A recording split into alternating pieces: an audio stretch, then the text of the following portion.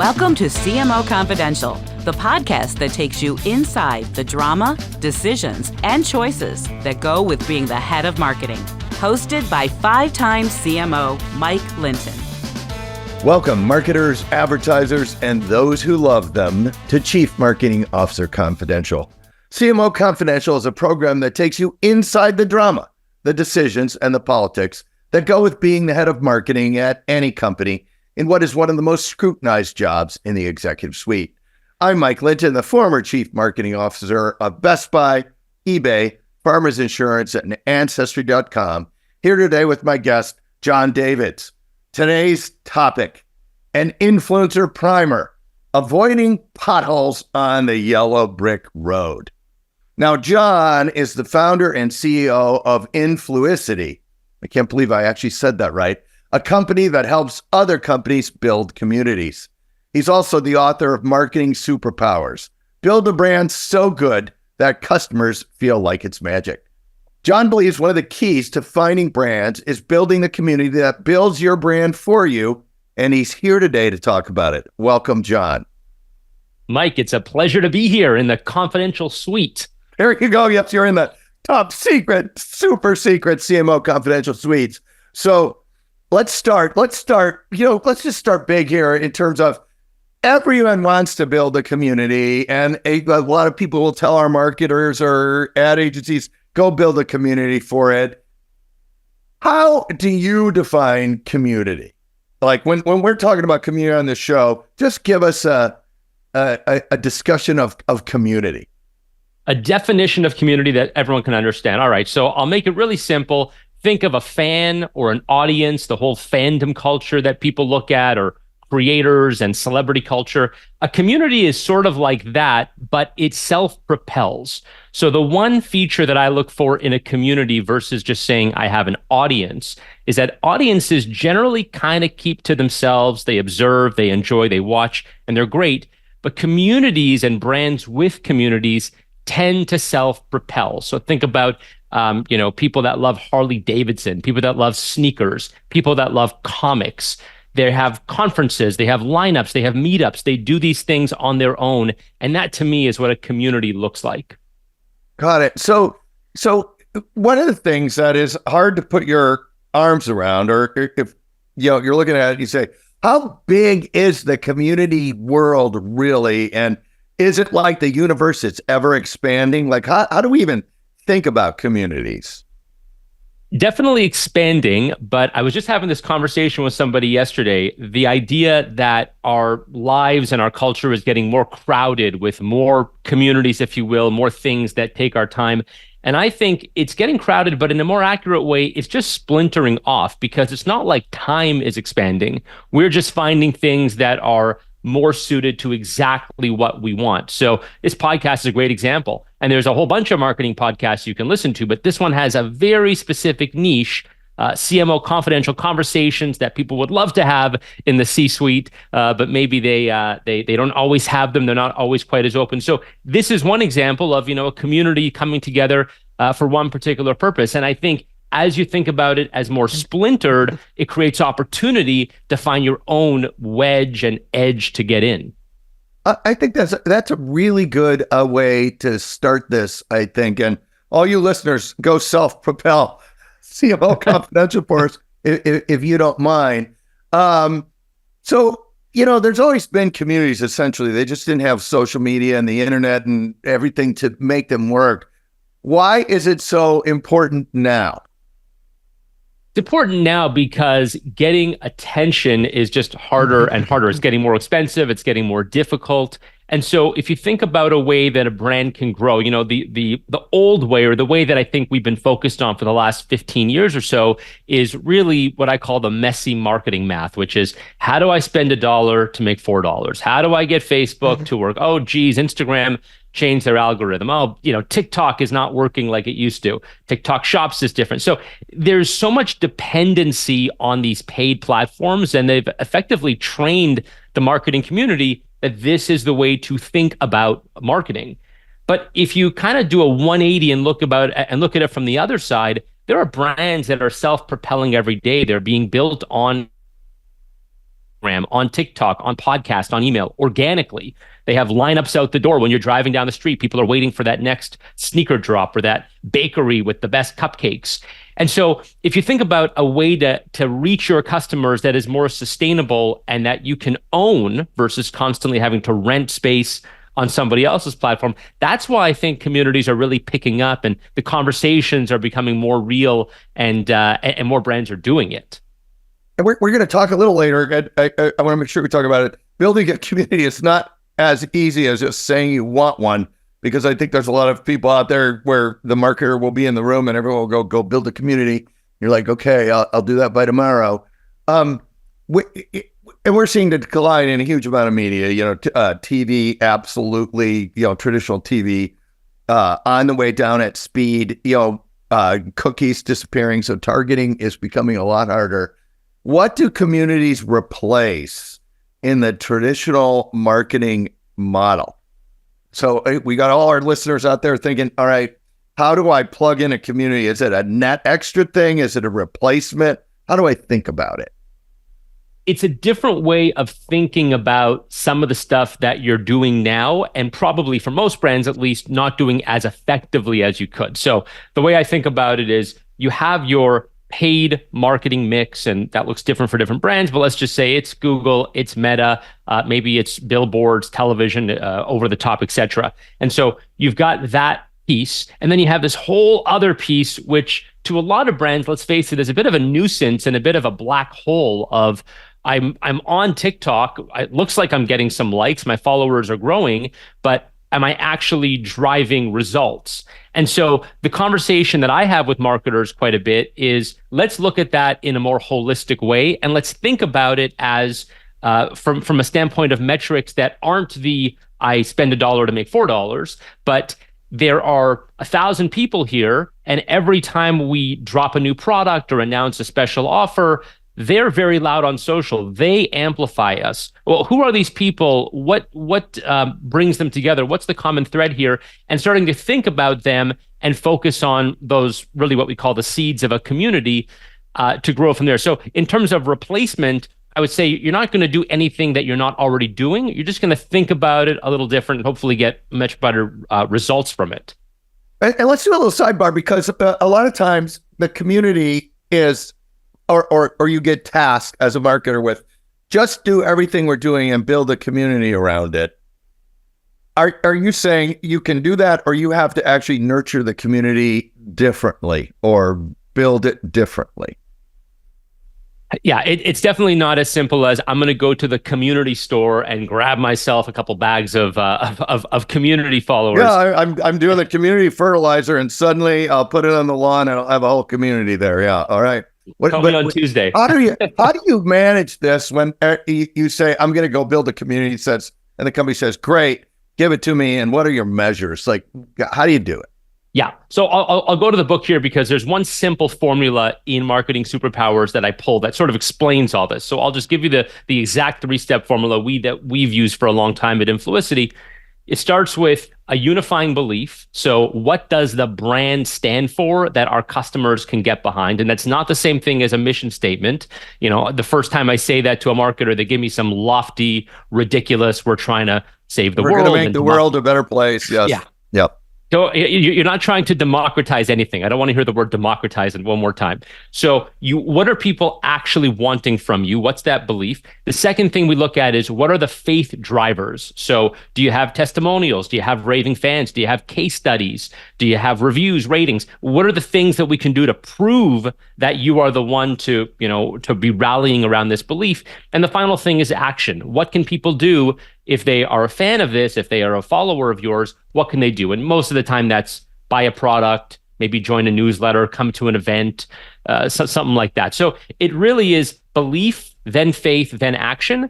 And the way that actually manifests itself, we see it happening all the time. The examples of any major brand that has a cult following, the US presidential elections for the last 50 years have all followed this exact formula. Yep. Every religion. So any movement or anything in our culture that has what I would call a community around it kind of follows that pattern. And so you got to start from step 1 and then go to step 2 and step 3. Hey, so 2 questions. is this a standalone thing, or is it need something else with it?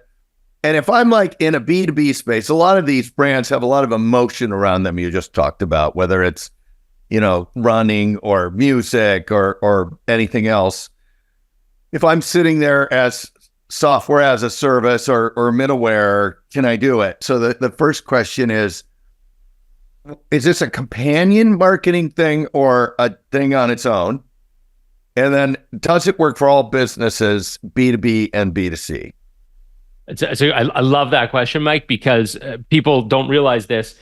At Influicity, the majority of our clients are actually B2B. We promote the ones like the Toyotas and the Disneys of the world, but our biggest client is actually a financial brokerage. It's one of the big brokerages, and they're selling B2B and high ticket B2C.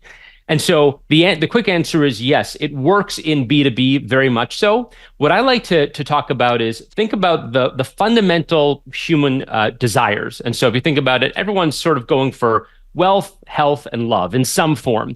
And when we're talking about B2B, usually that falls in the wealth space. Yeah. And so when I talk to a business owner that has, let's say, a B2B fintech company, a SaaS product, what I'm saying is, listen, what is the thing you're actually trying to solve? The people at the hedge fund that you're selling to are pulling their hair out because their financial data system is from 1986. And they are tired of it. It's clunky, it's broken, and you're bringing them in to the 21st century here. And so thinking about that and what the emotion that people are actually feeling from the client side, that works in B2B and B2C. We're all humans. Lawyers and doctors, they all feel the same thing as, 13-year-old girls who want to wear the coolest pair of shoes. So it definitely works in B2B as well. And then your question around, is there a companion piece to it?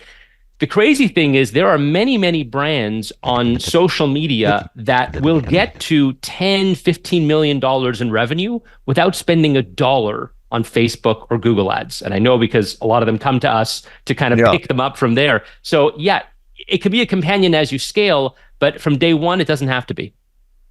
Thank you for that. So if you're sitting out there, you're looking at your business, you're in the marketing chair or the agency chair, what situations are best suited to actually think I should have a community or not? And I know there's an answer. Yes, gosh, if you can, everyone should have a community. But what is, if you're in the sweet spot and you don't know, what's a sweet spot look like? The sweet spot looks like you don't need to make your next dollar tomorrow. So I'll tell you the situation I hate, Mike. Somebody comes to me and says, "Hey, Jon, this sounds awesome. Let's build a community. Let's work together." And then I say, "Oh, great. What are your goals?" Well, my goals are, I'm down to my last 3 weeks of cash and I need to sell $1 million in the next month. Yeah. And I say, "Whoa, okay, let's crank up your Facebook ads there, buddy, because we gotta bring some money in fast." So is it a quick fix? Let's bring in money tomorrow? Absolutely not. No way. You always start, my theme is you start with rented demand because it's cheap and quick, or I should say it's quick at least. And then you move to owned demand, which is where you say rented demand, you are talking about Facebook and search and everything else, right? You got it. I'm talking about what I call the slot machines of marketing. I put in $1, I make $3. Whippy, I can do this all day. At a certain point that will break. So that's not a forever strategy, but it's a great starting strategy. Got it. So that is super interesting.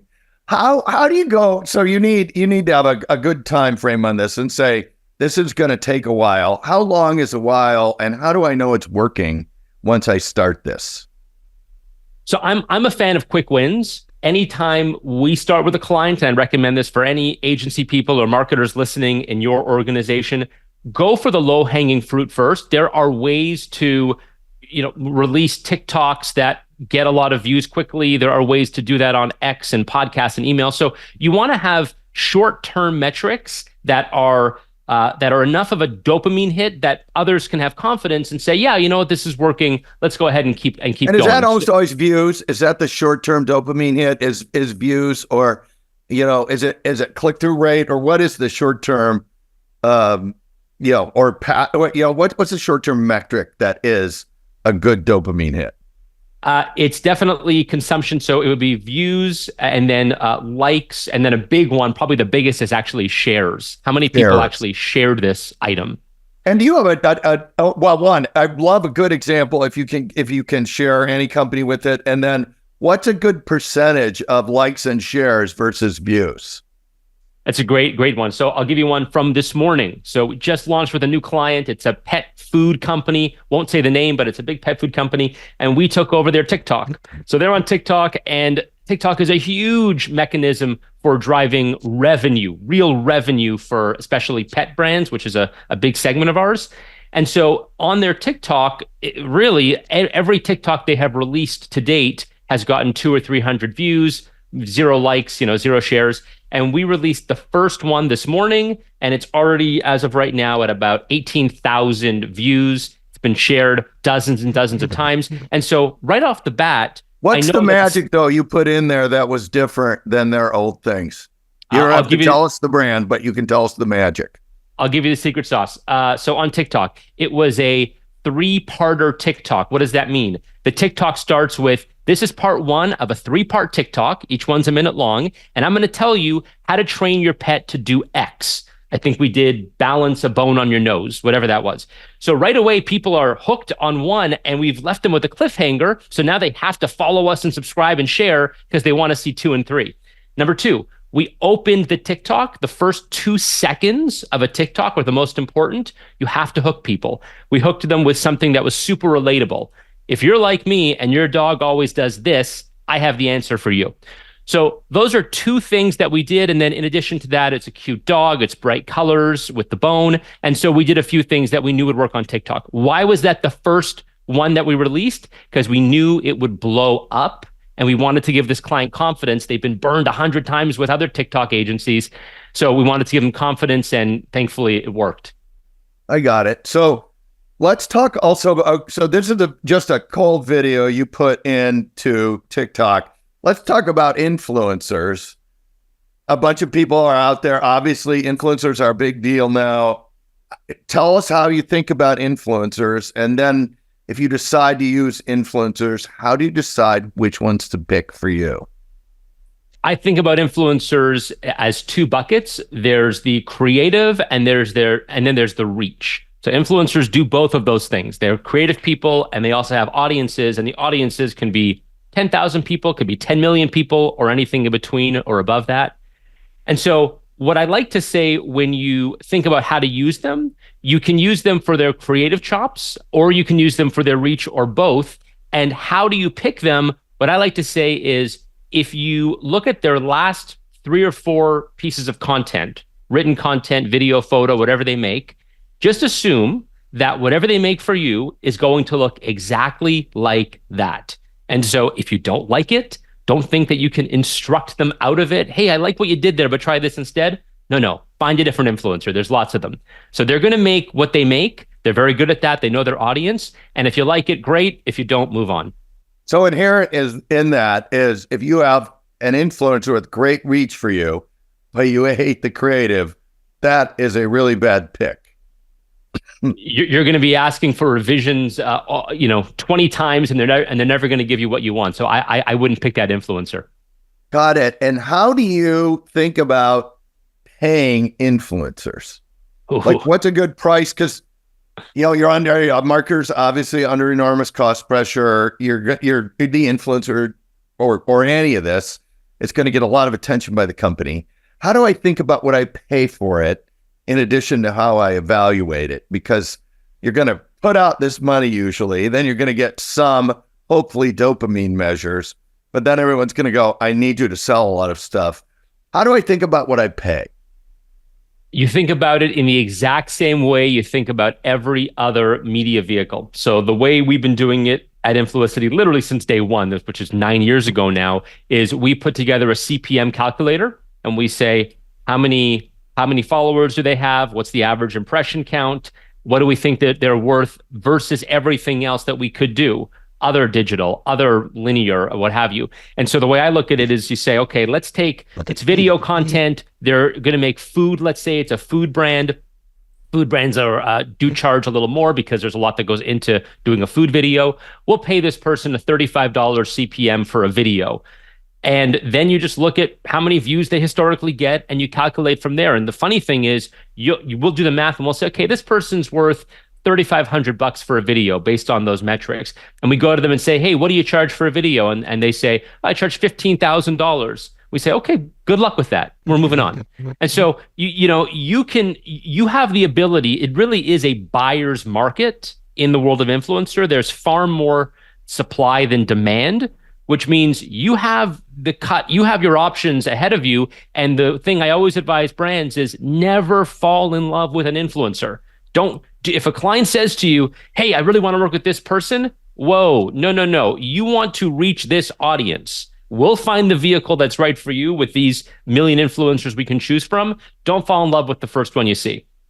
So this is probably really hard for a lot of people because there's not like a roster of, I guess maybe there is a roster of influencers, but there's not like when you buy TV or you buy radio or you buy search, you can see everything that's available. Is there a way to look at all this stuff in one place for our marketers out there? So the quick answer is no. I mean, the answer is yes. You can hunt. I've always been wary, and we've completely resisted for almost a decade putting a roster, quote unquote, together. Because once you have a roster, you're basically married to those people as the person who is at the company. So I've always said, I don't want to be representing both the buyer and the seller. That is a major conflict of interest. And the buyer could never be totally confident that I'm not just giving them this person because I'm getting a commission on that side and they're haggling me for work. So the way to really do it is if you're going to work with any agency that has a roster, make sure that you know that whoever they're recommending to you, yeah, they might be good, they might be great, but there's always going to be a bias there. At Influicity, we work with maybe 7,000 or 8,000 influencers a year. Sometimes we work with the same ones multiple times, but that's becoming more rare as more of them come up. We're usually kind of switching and finding new ones. And by definition, the roster can never be complete because there's so many people coming in and out of the story. So how do you actually hunt for the new stuff? I mean, we have a team of 4 people that do it. They're way better at it than me, but really it's a matter of being on TikTok. There's a bunch of dashboards that we use. We've created our own software and you're looking at hashtags. So for example, we go back to the example from this morning. We're looking for people in the pet care category, people that have dogs. And so what are we going to search for? Maybe it's a breed of dog. We're searching for German Shepherd on TikTok. And we see, if you search that hashtag, you start to see thousands of pieces of content. Then you dig through it, either manually or some automated fashion, and you start to find people. Then you DM them. So it's a laborious process. It's not a quick process, but like I said, with some scale, we're doing it a lot. And brands need to think about doing that too. You can't just go back to the same well for the same people. So this is a living being or living ecosystem where you have to manage it. I think that's very helpful. How do you structure the contract with the influencer? If you're doing this directly as a brand, how do you do this so that given that the roster's changing, the measures are changing, everything's changing, what do you think about there? Yeah, you structure it. So our influencer contract's about 4 pages. We're looking at what exactly are the deliverables? What are you giving to us? What's the time frame? How many chances for revisions do we have? What do the usage rights look like? Do we have the ability to use this organically and in a paid environment? Is there a time limit on it? So you want to think about all those things, and you generally want to have a sense of what's important to you such that you're not just asking for everything and then, losing the stuff that's important and maybe getting some stuff that's irrelevant. So think about what is the actual use case for this content, and just make sure as much as possible you've crossed your T's and dotted your I's. One more thing I'll say, Mike, if you're working with an agency, let me rephrase that. If the influencer is represented by an agency, and that agency is the one you're dealing with directly, again, just make sure that they have your best interests at heart from a brand standpoint, because they can't realistically represent both sides equally. Got it. Thank you. Hey, what would be, if we had a biggest Hall of Fame mistakes brands and marketers make when trying to build a community? What would be in that Hall of Fame mistakes? The number one thing I see, and I actually have, I do a keynote and I have this this graph that I show. The number one mistake is that they quit before they have a chance to take off because they think it's not working, right? The chart sort of, you go up a little bit, you go down a little bit, it sort of fluctuates over time. And then at a certain point, the chart propels. And in my graphic, I show, okay, but just a week before it had a chance to propel, you cut off your spend and you were done with it. So you have to remember that when you go into a community building environment, and that's something you're going to do as a company, you need to actually have the stomach to commit to 6 months, a year, 18 months, make it a part of your strategy. And that's also going back to what we were saying earlier, Mike. If this is how you're going to make money this quarter, it's probably not a good time to do it. Right. Figure It's out the definitely way. not. Yeah, make sure you have a revenue source so you actually have the comfort to spend some time doing this. So all of Fame mistake 1 is patience. Give us 2 and 3, and if there's a 4, give us those mistakes people make. Biggest mistakes when it comes to community building would be patience for sure. Sticking with the same failing strategy for too long without pivoting, that's another big one. So if you're doing the same Instagram content day in, day out, and it's not resonating, you need to be pivoting more quickly because the faster you pivot, the faster you learn. And there's a difference there between patience and pivot. Patience says, I'm going to keep doing this. Pivot says, but I'm going to do it differently. Versus they're not the same thing there, right? 100%. Pivoting is something that is actually built into the process. We're going to try 57 different experiments in the next quarter, and fully expect, by the way, that 54 of them are going to fail. And the 3 that work, great. Now we have the basis for the next 3, the next quarter. So pivoting is part of the process, 100%. Any other mistakes you want to add in there? Because patience and pivot are great. Yeah, the last one I'll throw in. Can I make it a P? I can't make it a P, but I'll give you one more. Darn. Anyway. All alliteration is all gone out of the show now. So the last one I would say is really just about thinking about size of community. So a lot of people think I need to build a community of a million people, of 100,000 people, especially if you're in a B2B category or any kind of high ticket category. You could have a community of 2,000 or 3,000 people, and they could pay your bills for the next 20 years. We see this a lot in the B2B category where people, for example, have newsletters that have 2,500 subscribers, but everyone's paying them $1,000 a month or a year. And so those can actually do quite well. Got it. Thank you for that. So where is all this heading? Give us a picture of how this looks in 5 years, and is AI going to impact this a lot? Like on influencer selection or anything else. So 5 years, or you don't have to go 5 years, just out in the future, and then write in the AI impact on this as well. I would say AI will make a lot of things easier. I'm hoping AI will make influencer discovery and sourcing and tracking much easier. We're seeing some tools there, nothing that is happening so remarkable today. But in 5 years, I could imagine that the back end, which is quite messy today, will be optimized. And on the front end, I see huge changes. AI creators and AI influencers, I think, will be a huge piece of our future. And the analogy I would give is, look at cartoons. Would anybody have thought back in 1957 that Mickey Mouse would be an icon? That Bart Simpson would be an icon, that Bugs Bunny. And so cartoons actually took on a life form, and people saw them as, they became viable entertainment that people fell in love with. The same thing with anime and whatnot. I think AI generated content and characters that not only are cartoon in a sense, but can actually respond and interact and learn and grow. I think that's something to watch out for. And beneath that is, I think, an assertion that communities are going to get bigger and bigger in the next 5 years. Is that also like a lot bigger, or bigger than a bread box, or bigger than an elephant? I'm going to say bigger than an elephant, and I'll go back to the word I used before. We're going to see more and more splintering. So people that are interested in thing A will now be interested in version 69472 of thing A, because it'll have 7,000 different versions. And so we're going to see a lot more splintering in the market. Got it. Thank you very much. So last question, because we're running out of time. This has been a great show.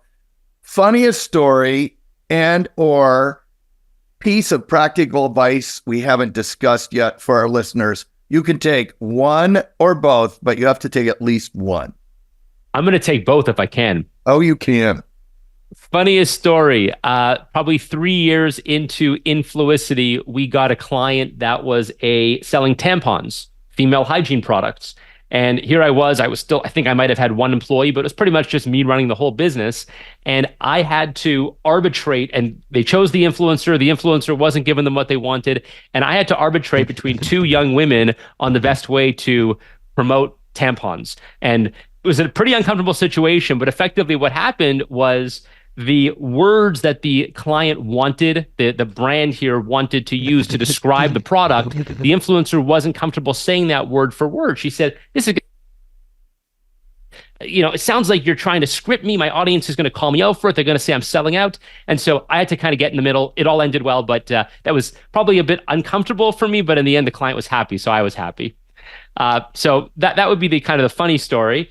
The thing that I would say that everyone should think about going forward is what I talk about in Marketing Superpowers, and you alluded to it earlier. People are going to think, well, that's just for consumer brands or that's just for millennial brands.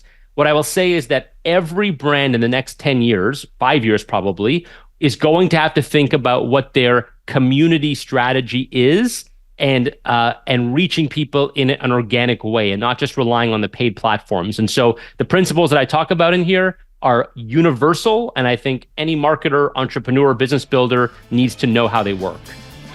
So I think that's a great wrap. Get a real community strategy, and if you're not doing it now, start practicing with it. Thank you, Jon, and thanks to everyone for listening to CMO Confidential.